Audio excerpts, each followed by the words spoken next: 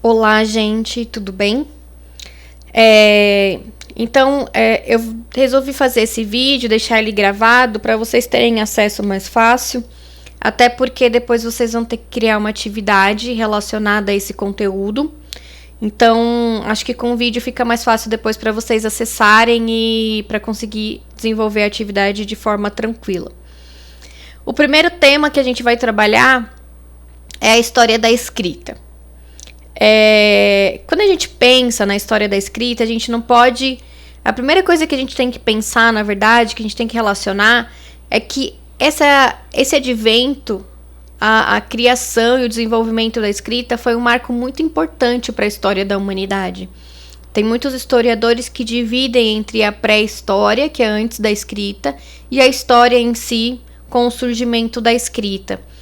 Então, é ela que traz para a gente informações importantíssimas sobre como as sociedades viviam, como elas se relacionavam, como elas agiam, como elas se alimentavam, como elas conseguiam mercadoria e assim por diante. Então, a história da escrita ela é muito importante para quando a gente pensa na história de modo geral, tá? Eu não sou historiadora,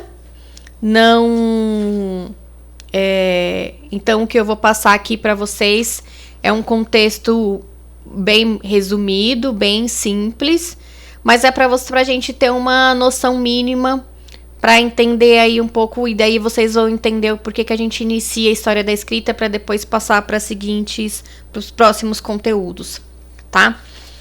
Então, logo de cara, não dá pra gente falar da história sem falar da pré-história, sem falar do homem da caverna e dessa era primitiva. E aí a gente sempre lembra dos desenhos, dessas representações que eram feitas dentro das cavernas, nas paredes das cavernas. A gente vê isso muito na história da arte. E aí se a gente parar para analisar, como não tem nenhum relato escrito, a gente não tem nenhuma informação, a gente só tem essas simbologias, obviamente que a gente não pode falar com precisão exata sobre o que acontecia nesse período, tá? Tudo que a gente estuda sobre ele são suposições, tá? Tanto que na história da arte vocês vão ver lá que muitos, eles acreditavam, existe uma hipótese que eles acreditavam que desenhando o animalzinho na parede, o animal na parede, tentando imitar a figura dele real, eles acreditavam que fazendo esse desenho eles iam conseguir caçar esse animal com mais facilidade. Então, esses relatos trazem pra gente que, de repente, esses símbolos e essas representações eram uma espécie de ritual para eles, uma crença. Foram encontradas também, como vocês podem ver aqui nessa imagem, esses risquinhos próximo do desenho do bichinho, do animal. E aí acredita-se que eles eram uma forma de contar a quantidade que eles caçavam, ou a quantidade que eles tinham, a quantidade que era propriedade daquela família. Então, de repente, a gente pode entender um pouco aí através dessas representações que a escrita e esses sinais já surge daí de uma premissa, uma ideia de que essas representações elas tinham uma necessidade quase que contábil, né? Quase de registro em relação à quantidade de produtos que cada família tinha, uma necessidade contábil, né? Então é um ponto aí importante para a gente entender. É um ponto principal aí, primeiro, para a gente entender em relação à história da escrita. Essas escritas na pré-história eram pictogramas, tá? Era uma escrita pictográfica. O que significa? Se a gente pensar aí na origem da palavra, picto significa desenho e gráfica, escrita, tá? Ou seja, eles não tinham nenhuma simbologia, nenhum sinal que pudesse ser lido. Essas representações eram em formatos de desenhos figurativos, que tinham a obtenção mesmo de se aproximar da imagem real. Então é uma escrita, então toda vez que a gente ouvia essa palavra pictograma, escrita pictográfica, é uma escrita realizada através do desenho, tá? Então já existia essa necessidade de expressão, essa necessidade de se expressar através de imagens e através de desenho. E aí quando a gente fala na escrita em si, ela aconteceu, esse surgimento, ela foi criada de forma independente em várias partes do mundo. O que a gente mais estuda, o que a gente tem mais conhecimento, que a gente conseguiu mais informações, que a história conseguiu mais informações, é em relação à Mesopotâmia, o Egito e a China, tá? Nessa apresentação em si, eu vou me atentar mais à Mesopotâmia e a China, e a Egito, perdão. Eu vou deixar a China um pouco de lado, tá? Porque a gente consegue mais informações sobre essas duas, tá? E aí depois vocês podem até pesquisar aí a parte um pouquinho sobre a China. Mas nesse slide em si eu vou me atentar à Mesopotâmia e ao Egito, certo? O primeiro registro encontrado foi na Mesopotâmia, mais precisamente na cidade de Uruk. É uma região sumérica e eles viviam em cidades-estados. Então, cada cidade tinha sua legislação, tinha seu templo, tinha seu deus. Hoje, essa região é o sul do Iraque, se concentra o sul do Iraque. É uma região desértica hoje. E aí, o primeiro registro encontrado da escrita foi por volta aí de mais ou menos, não dá para ter uma precisão, mas mais ou menos 3.500 a.C. Essa escrita, ela é chamada de escrita cuneiforme. Por que cuneiforme? Primeiro que assim, eles desenvolviam em pedaços de argila, placas pequenas, revestidas de argila. Essa argila, no seu estado mole, era feito vincos com uma espécie de um estilete chamado de cunha, por isso cuneiforme. E aí eram criados sinais que representavam aí a escrita deles e o entendimento, os sinais deles, né? O entendimento que eles tinham da escrita. Reparem que tem uma mão aí, eu coloquei essa imagem de uma mão, não sei se é um objeto real, mas eu coloquei só para mostrar que esses pedaços de argila eram pequenos, tá?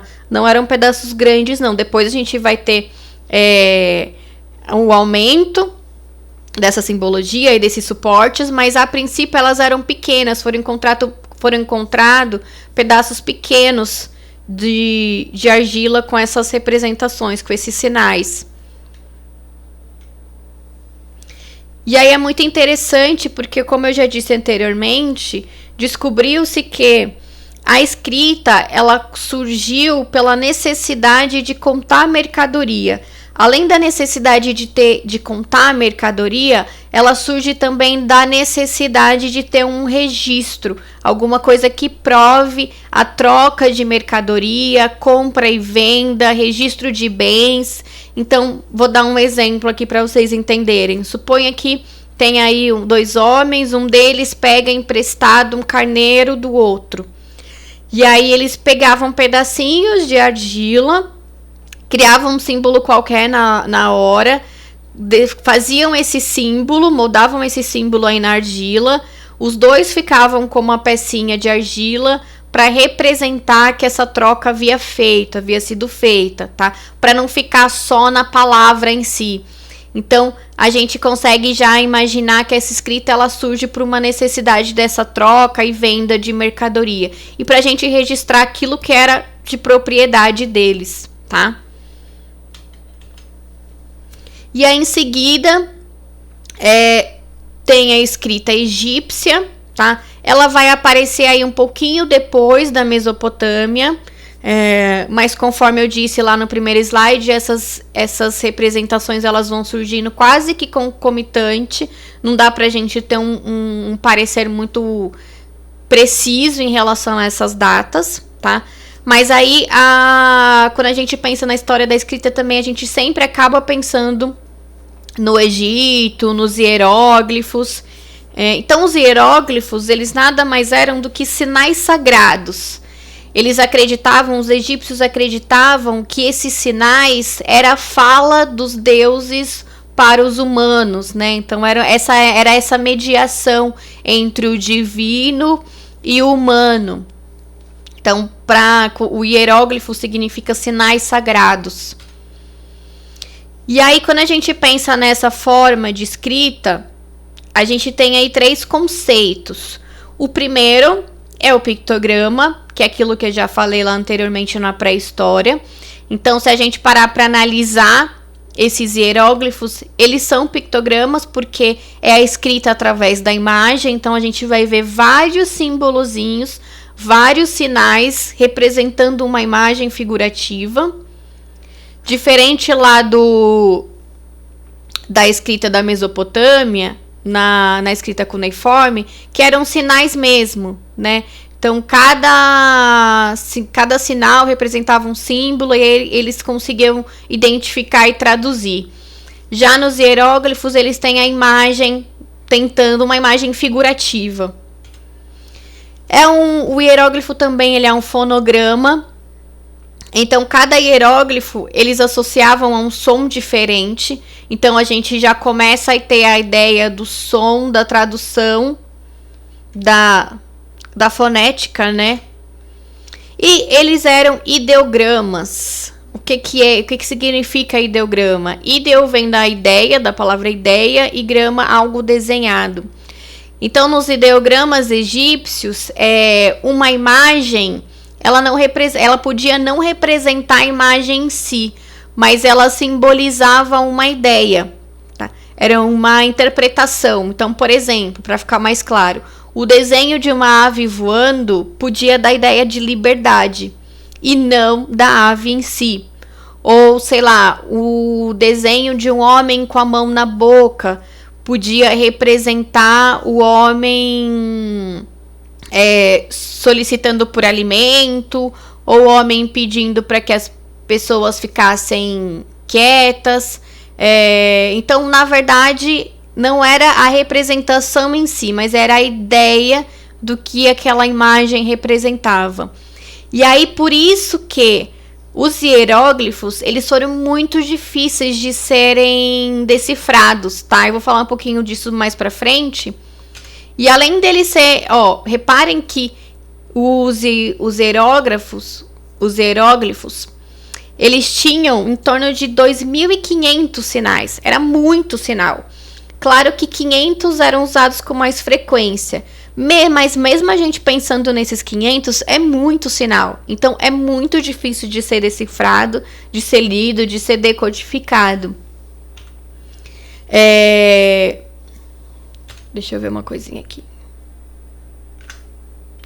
E aí, com isso, a gente ouve falar muito dos hieróglifos egípcios e tal, mas os hieróglifos, eles eram usados mais para escritura sagrada, mais para essa escritura mesmo que tinha como objetivo esse contato com o divino, para escrituras de documentos mais burocráticos. E aí existia um outro tipo de escrita também, que era a escrita hierática. Era uma escrita um pouquinho mais cursiva, ela não era tão pictográfica, então a gente não vê tanta representação aí das imagens figurativas. Ela tinha simbologia e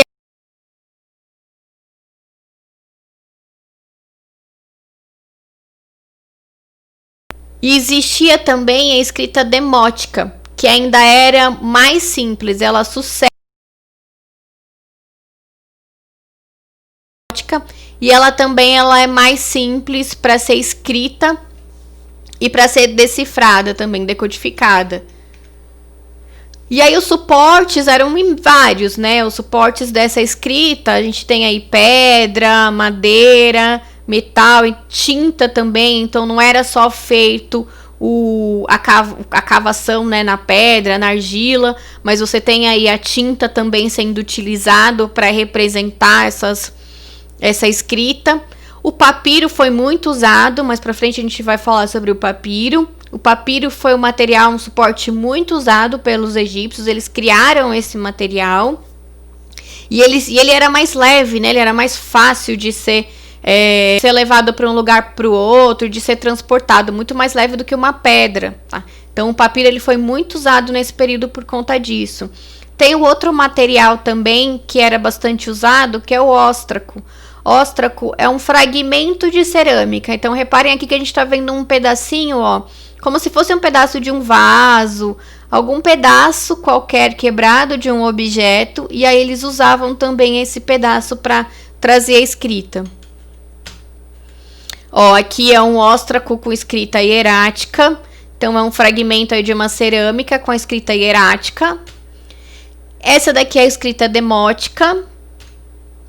E aí, como era uma escrita muito complexa de ser decifrada, ela só conseguiu, os hieróglifos, gente, só conseguiu ser decifrado mais ou menos por volta de 1799, tá? Através da pedra de Roseta que foi encontrado pelos soldados de Napoleão.